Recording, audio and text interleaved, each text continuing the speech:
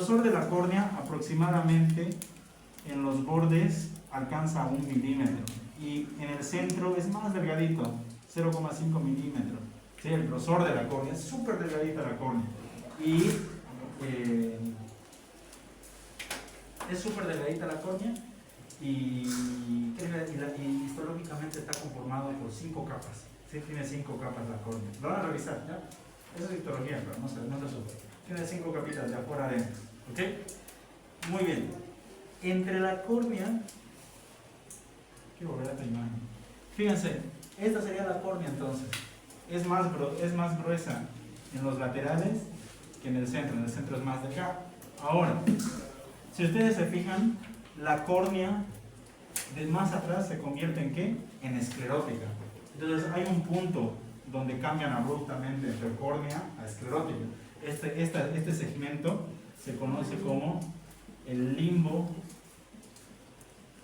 esclerocorneal. Este limbo esclerocorneal básicamente es el punto de transición de córnea a esclerótica. Se puede ver en nosotros, si yo ahorita agarro y le subo súper el párpado, se puede ver el cambio, porque la esclerótica es más amarillenta. En adultos es sobre todo amarillenta. Y la córnea es pues blanca. ¿Verdad? Ustedes practiquen lo vean, ¿no? Porque claro, tengo mucha ropa sucia. Pero la esclerótica es más amarillenta. ¿Sí? La córnea es blanca. Bien, ahora si ustedes se fijan, hay un espacio grande entre el iris, porque este es el iris, y esta es la cara posterior de la córnea. No es que están pegadas el iris con la córnea, sí. No, hay un espacio. ¿Sí? Fíjense que la córnea en su borde posterior, con el corpo ciliar y el iris, hace un ángulo. ¿Sí? Es como si hace un ángulo, una angulación. Este se llama el ángulo iridocorneal. Tiene lógica, es un ángulo que se produce entre el iris y la córnea, ángulo iridocorneal. Y esto es algo súper interesante, porque en este ángulo iridocorneal hay unas trabéculas, como unos conductitos, que se llaman los senos esclerosos. ¿Sí? Y esos senos esclerosos drenan el humor acuoso.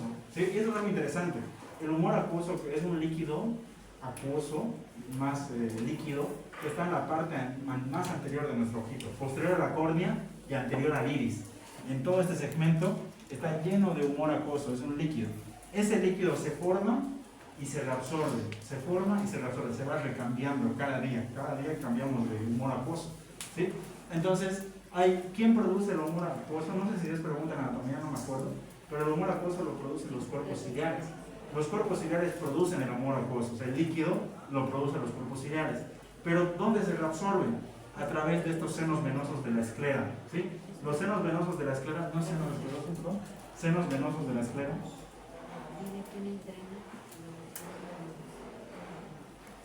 Que son como unas redes trabeculadas, están en ambos lados. Aquí también está el otro ángulo iridocorneal. ¿Sí? Esos senos venosos de la esclera absorben el humor acuoso y lo mandan hacia los famosos canales de Schlemm.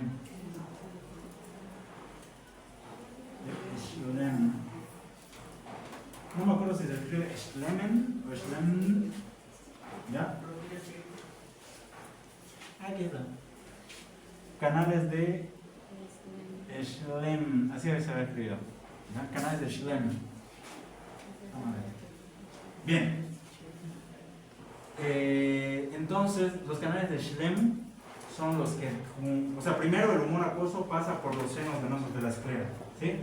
Que están en el ángulo iridocorneal. De esos senos venosos de la esclera atraviesan por los canales de Schlemm y por ahí se van hacia el drenaje venoso y se reabsorben la sangre venosa.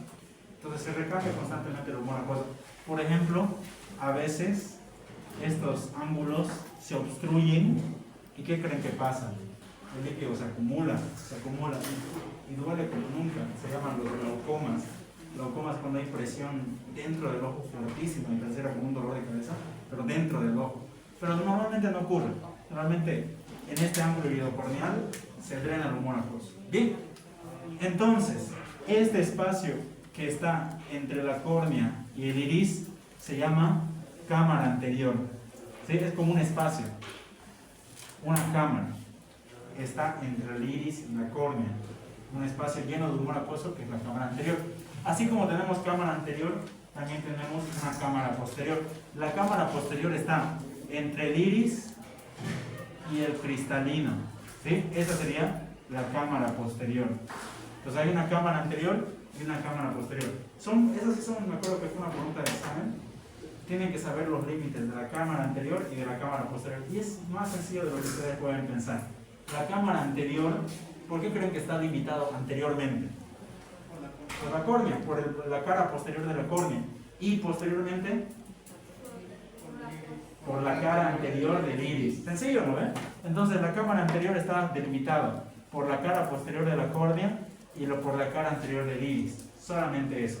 ¿Y la cámara posterior por qué está delimitada? Cara posterior del iris. Cara posterior del iris y el límite posterior de la cámara posterior por la cara anterior del cristalino. Eso. Exactamente. Ese iris separa esta parte anterior en dos cámaras, una anterior y una posterior. La que está adelante del iris, anterior del iris, es la cámara anterior. Y el límite de la cámara anterior es córnea y cara anterior del iris. Y detrás del iris está el cristalino y ahí se forma la cámara posterior. El límite de la cámara posterior es cara posterior del iris y cara anterior del cristalino. ¿Ok? Entonces, el humor acuoso se produce de estos cuerpos ciliares. Primero viajan por la cámara posterior, de ahí pasan por el orificio iridiano, o básicamente lo que nosotros conocemos como la famosa pupila.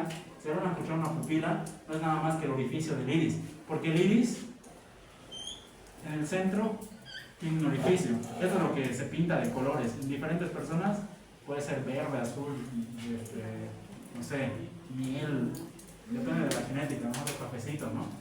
En el centro del iris hay un orificio, un espacio, que es la pupila. Básicamente, por detrás de esto estaría la cámara posterior, y más adelante sería la cámara anterior. ¿Lo ven? Eso es lo que estamos diciendo. Entonces, el humor acuoso que se crea en los cuerpos ciliares, viaja por la cámara posterior, pasa por la pupila y va a la cámara anterior. Y cuando ya se tiene que reabsorber, viene al ángulo iridocorneal, pasa por los senos venosos de la esclera, lo mandan a los canales de Schlemm, y para el drenaje venoso. ¿Se entiende? Bien.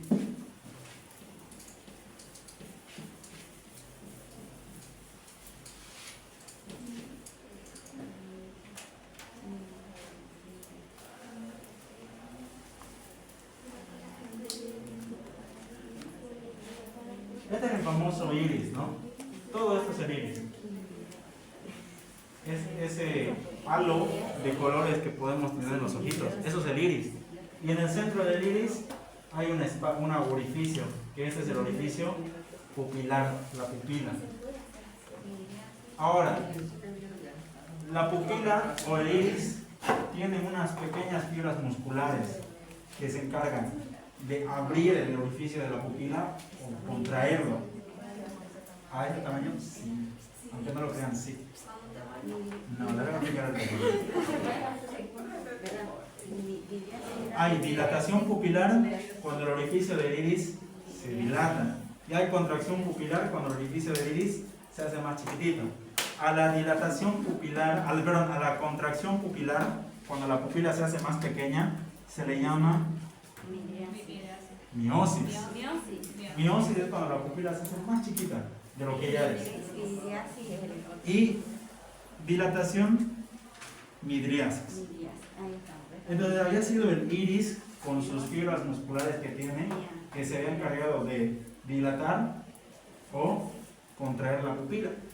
Así, esto no es clase de fisiología, pero ¿para qué creen que sirve eso? Para regular la cantidad de luz que entra al ojo. Exactamente, para regular cuánta luz entra. Si está súper dilatado, más luz entra, ¿no? ¿O no? O sea, más rayos de luz pueden atravesar. Y si está contraído, menos cantidad de luz. ¿Saben cómo funciona esto?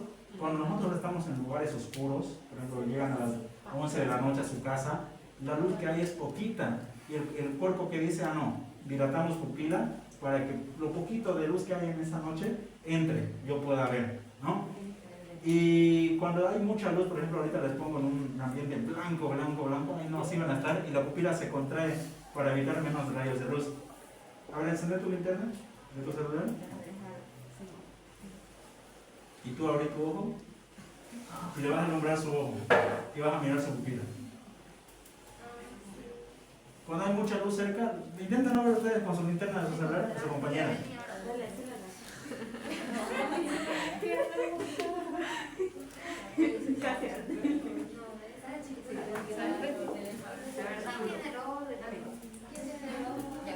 Aquí nadie. Veo un poquito blanco. Son más claritos, más Lo van a ver, tienen a sus hermanitos para practicar. Sí que tienen.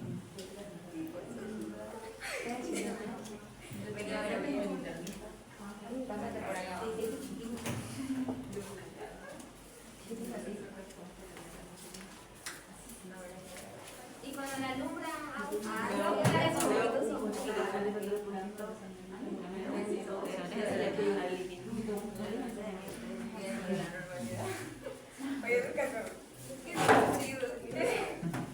Esos reflejos, básicamente ese reflejo cuando ustedes iluminan, se hace más grande y pequeño, se llama reflejo fotomotor, un reflejo natural del cuerpo.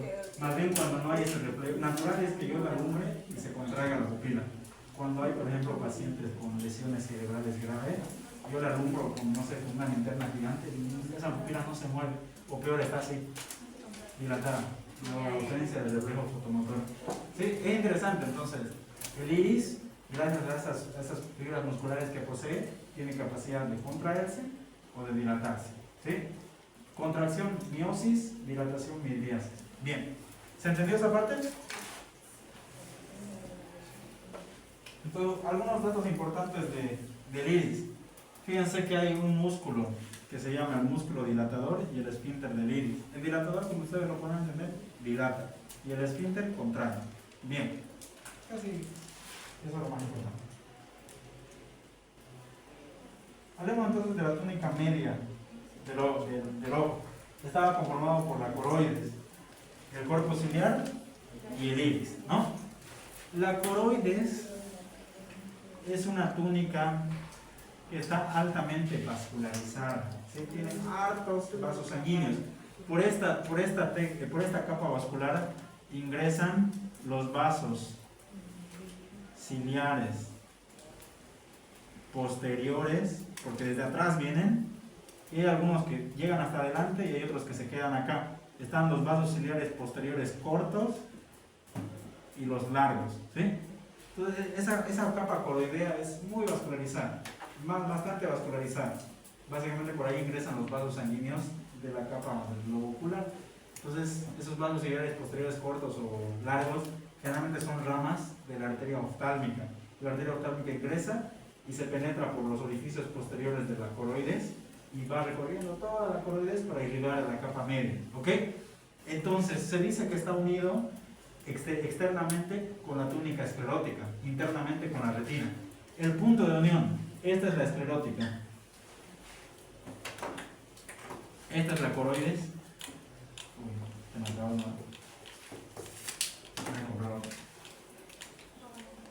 Esta es la coroides. Se dice que entre este espacio de la unión de la esclerótica con la coroides se denomina la lámina fusca, ¿sí? Es una lámina hiperpigmentada. Si ustedes, si lográramos ver, se vería negra, ¿sí? Es una lámina tipo negra, que es la que está por debajo de la esclerótica y por superior a la coroides, la lámina fusca, ¿ok? Entonces pon puntos de unión. Entonces, lo más interesante de la coroides es simplemente que da paso a irrigación del globo ocular, vasos ciliares posteriores cortos y vasos ciliares posteriores largos. Y los vasos ciliares, hay vasos ciliares anteriores, pero no son rama de oftalmo. Posteriormente, cuando se va convirtiendo a cuerpo ciliar, hay una zona de transición. No es que directamente pasa de ser coroides y directamente cuerpo ciliar. Hay una pequeña zona de transición que se llama la famosa